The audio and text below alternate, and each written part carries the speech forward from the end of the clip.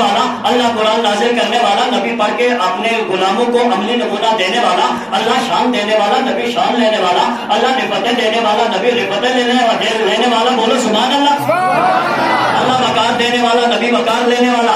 اللہ کہتا ہے پیارے معراج کی رات سواری بھیجوں گا میں, سوار ہو کے تو آئے گا. پیارے جنت میری مالک تو ہے, کوثر میرا ساقی تو ہے, کلام میرا ادا تیری ہے, عطات میری زبان تیری ہے, ربوبیت میری, ختم نبوت تیری ہے, عبادت میری, سب نبیوں کے آگے امامت تیری ہے.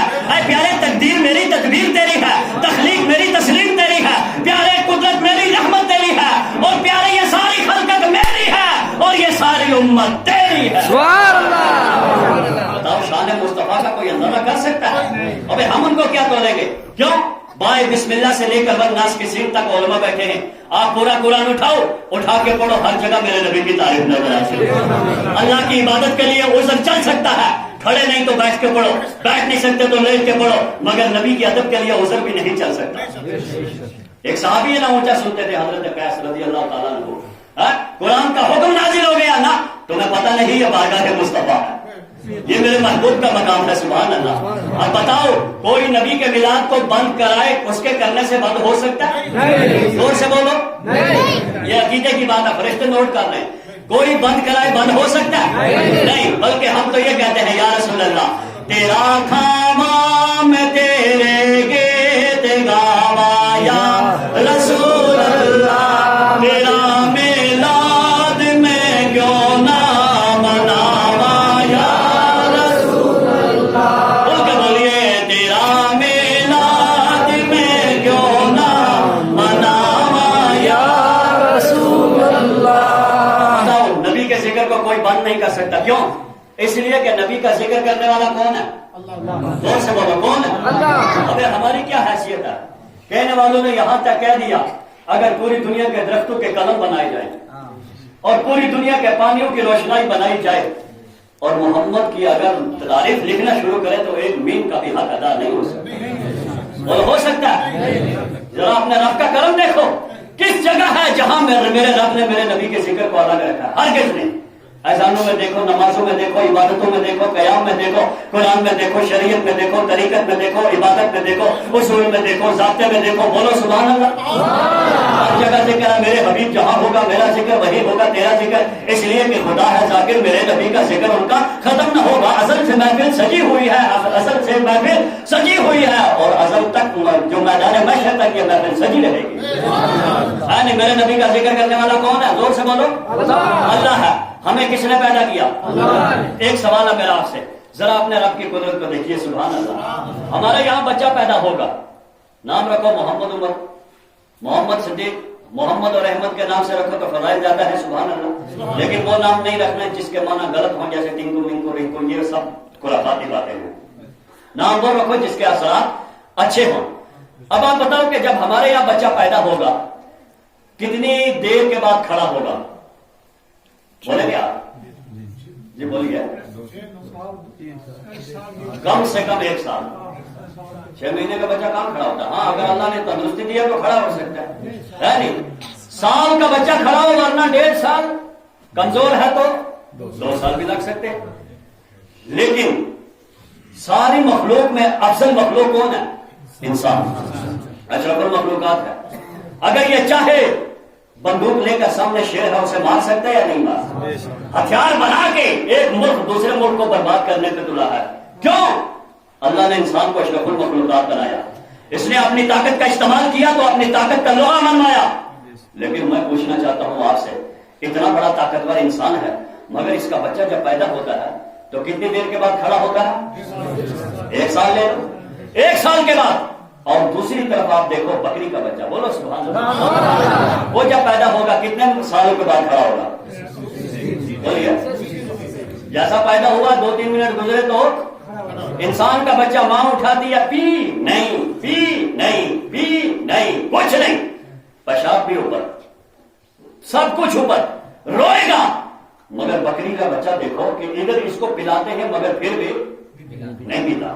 علماء کے پاس جائیں گے تعویذ دے دو, ڈاکٹر کے پاس جائیں گے دوائی دے دو, سردی آئے کپڑے پہناؤ, یہ کرو وہ کرو, مگر بکری کے بچے کو آج تک کسی بکری نے اٹھا کے کہا پی.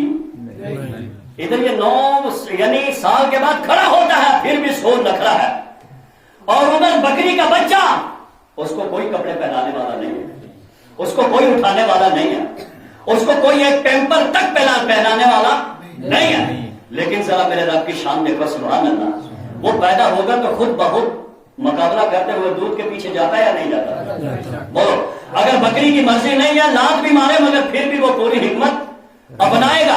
ادھر انسان کا بچہ ہے، ماں کہتی ہے پی مگر وہ پیتا نہیں، ادھر بکری کا بچہ ہے خود بخود پیتا ہے۔ بھینس کا بچہ لے لو، اگر آپ اس کو آزادی دے دو گے تو صبح آپ کے لیے ناشتے کے لیے دودھ بچے گا نہیں بچے گا، رات خود بخود ہی فیصلہ کر لے گا۔ لیکن میں آپ سے پوچھنا چاہتا ہوں میرے رب تو اتنا بڑا رحمان و رحیم ہے، انسان کے بچے کو تو نے 1 سال کے بعد کھڑا کیا، اور بکری کا بچہ، بھینس کا بچہ، کتے کا بچہ، کسی چیز کا بچہ لے لو جانوروں میں سے، وہ پیدا ہوتے ہی کھڑا ہو جاتا ہے۔ انسان کا بچہ پیتا نہیں مگر جانوروں کا بچہ خود بہت پینا شروع کر دیتا ہے۔ اب رب کی رحمت نے آواز دی، بولو سبحان اللہ۔ لا یکلف اللہ نفسا الا وسعها، اللہ تعالیٰ کسی چیز کو بھی اس کی طاقت سے زیادہ بوجھ نہیں ڈالتا، سبحان اللہ۔ اے میرے رب کیا مطلب کہا؟ دیکھ جو انسان ہے اس کو میں نے ماں کی گود دی ہے، سبحان اللہ، اس کی ماں کو میں نے بازو دیے ہیں، اس کو میں نے باپ کا پیار دیا ہے، اس کو میں نے بھائی کی محبتیں دی ہے، اس کو میں نے بہن کا پیار دیا ہے، اس کو میں نے خالہ کا محبتیں دی ہے۔ ادھر بکری کا بچہ ہے، اس کی ماں کو میں نے گود نہیں دی ہے، اس کی ماں کو میں نے بازو نہیں دیے ہیں، اس کی ماں، اس کے باپ کو میں نے باپ کا ہونے کا شفقت کا وہ نہیں دیا ہنر، اس لیے میں نے اس بکری کے بچے کو اتنی طاقت دے دی کہ جب اس کی ماں کے پاس گود نہیں ہے، اس کی ماں کے پاس بازو نہیں ہے، یہ خود اٹھے پیدا ہوتے ہی جا کے دودھ پیے۔ اور ادھر جب انسان کا بچہ ہے اس کو یقیناً اگر وہ نہ پیے تو ماں اٹھائے گی، ماں گود میں رکھے گی، باپ اٹھائے گا، باپ پیار دے گا۔ اس لیے انسان سے میں نے اپنی رحمت کو ایک فاصلے میں تھوڑا سا ہٹایا، کہا کہ یہ خود محنت کرے، اس کی ماں محنت کرے، اولاد کو پالے۔ ادھر جانور کا بچہ ہے، ارے جب اس کی ماں معذور ہو گئی، اس کے پاس گود نہیں ہے، اس کے پاس بازو نہیں ہے، اس لیے رب نے اسے اتنی ہمت دے دی کہ اب تو خود جاؤ جا کے اپنا حق وصول کر۔ یہ ہے میرے رب کا کرم، بولو سبحان اللہ۔ اور صرف رب کی یہ تخلیق، سبحان اللہ۔ ایک بات میں سے بات آ گئی تو ایک بات اور بتا دوں، بولو سبحان اللہ۔ آپ جتنے لوگ یہاں بیٹھے ہو ماشاءاللہ پڑھے لکھے حضرات نظر آ رہے ہیں نہیں، پڑھے لکھے ہیں، اللہ آپ سب کو سلامت رکھے۔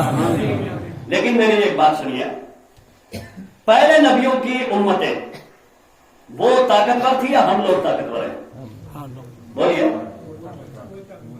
جی بولو، پرانے لوگوں کو اچھا تجربہ، پہلے لوگ، اب جب ظاہر بات ہے جن کا قد بڑا تھا، ہم جیسے کو اٹھا کے ایک بار پٹکی مارتے تو ہندوستان سے قبرستان چلے جاتے، بولا ایسا ہو جاتا ہے یا نہیں ہوتا؟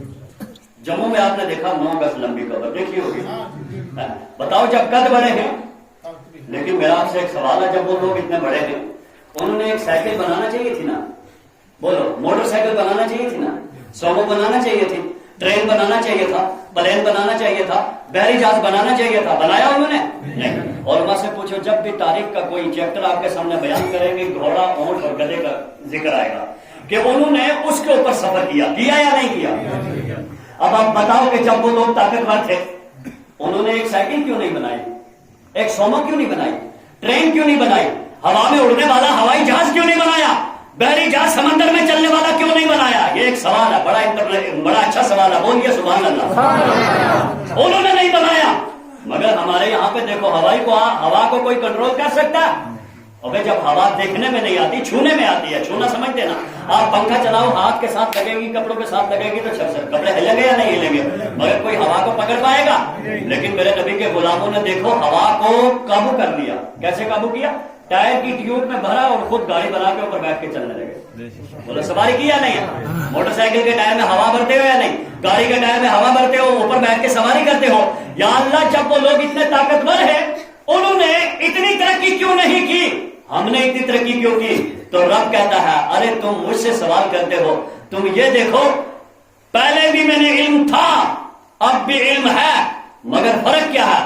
فرق یہ ہے کہ پہلے جو علم تھا وہ نبیوں اور ولیوں کے پاس تھا، بولو سبحان اللہ۔ عام لوگوں کے پاس علم، بولو زور سے، عام لوگوں کے پاس علم، بولو نمرود کے دور میں کوئی یونیورسٹی تھی، کوئی مدرسہ تھا، کوئی کالج تھا، کوئی اسکول تھا, کوئی دستگاہ تھے, کوئی رضیہ سلطانیہ تھا, کوئی بولو کوئی دارالعلوم تھا, کچھ نہیں تھا جب ان لوگوں کے پاس علم نہیں تھا. اب وہ لوگوں نے پوری زندگی کائے پہ سفر کی, بولو گھوڑوں پہ سفر کی, لیکن نبیوں پہ یہ مثال نہ لے جانا. نبیوں کے بارے میں تو رب کہتا ہے وَعَلَّمَ آدَمَ الْأَسْمَاءَ, اللہ نے آدم کو تمام چیزوں کے نام سکھا دیے. سبحان اللہ. انبیاء کو تو اللہ نے دیا, لیکن عام لوگوں کے پاس علم نہیں تھا. لیکن ہمارے نبی کے بعد دیکھنا, لوگوں نے سائیکلیں بنا لی, لوگوں نے موٹر سائیکلیں بنا لی, لوگوں نے ہوائی جہاز بنا لیا, لوگوں نے بحری جہاز بنا لیا, لوگوں نے ریکٹ بنا لیا, لوگ چاند پہ چلے گئے اور چاند پہ جا کر وہاں جا کے دیکھنے لگے یہاں کا نظارہ کیسا ہے. اب یہ اتنی ترقی اب ہوئی, یہ ترقی پہلے کیوں نہیں ہوئی؟ تو بولو سبحان اللہ. اور اللہ کے قرآن سے پوچھتے ہیں اے قرآن تو بتا کہ وہ لوگ ترقی نہیں کر سکے مگر یہ بعد والے لوگ ترقی کیوں کر سکتے ہیں؟ اگر ہم نیچے سے آتے یا چلاس سے آتے یا کھلیتر سے آتے, ہمیں کم سے کم یہ 1 یا 1.5 گھنٹے کا سفر کم سے کم 4 گھنٹوں میں جا کے تقسیم کر کے یہاں پہنچنا پڑتا, مگر ایک گاڑی کے ذریعے سے کتنی آسانی سے پہنچ گئے. اے میرے رب ذرا تو ہماری رہنمائی فرما کہ کیا وہ پہلے لوگ جو ہے وہ کیوں نہیں سواری بنا پائے؟ اب لوگوں نے سواری کیوں بنائی؟ کہاں ارے تم نے دیکھا نہیں جو قرآن مقدس کی سب سے پہلے آیتوں کا نزول ہوا, اقرأ بسم ربک الذی خلق خلق الانسان من علق اقرأ وربک الاکرم الذی علم بالقلم علم الانسان ما لم یعلم علم الانسان ما لم یعلم, کہ انسان کچھ نہیں جانتا تھا. اللہ تبارک و تعالی نے اپنے محبوب کی آمد کی خوشی میں پوری دنیا میں علم بانٹ دیا. اب اللہ کے دشمنوں کو بھی رب علم دے گا اور اللہ اپنے دانے والوں کو بھی علم دے گا. آج امریکہ یہ نہ کہے میرے پاس ایٹم بم ہے, میرے پاس توپ ہے, میرے پاس پستول ہے. میں کہتا ہوں فخر مت کر, اگر فخر کرنا ہے تو نبی کے میلاد پہ فخر کرو. سارے ملک مل کے میرے نبی کا جلوس نکالو, اس لیے کہ نبی